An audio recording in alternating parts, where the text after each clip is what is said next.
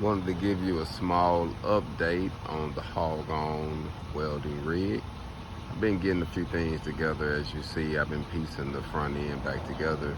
Had to order some a new bumper and some more parts to actually assemble everything, but it's coming together. Just taking it slow. I've been getting parts in a little bit at a time. And then, family, I'm not gonna lie, I've been having mixed emotions on what I'm gonna do. If I'm just gonna get it put back together so I can put it back on the road to get some money, or just to go on and sell it and use that money to get another one. Family, I don't know. I'm kind of emotional with dealing with the situation. I'm gonna be honest with you.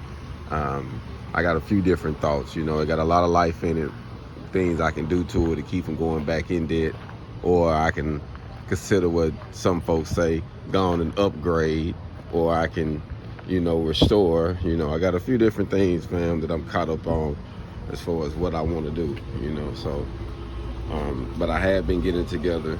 I've been piecing it together, look, piece by piece, and getting everything going. But she running good, fam. So,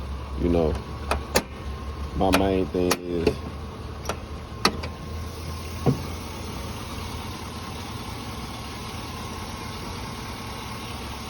make sure she good and running, man. She running like a sewing machine, fam. So, everything is working mechanically.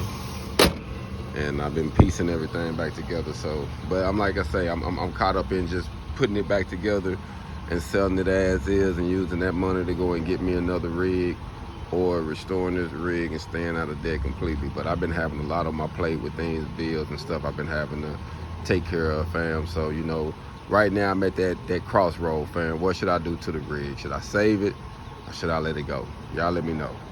Hold on.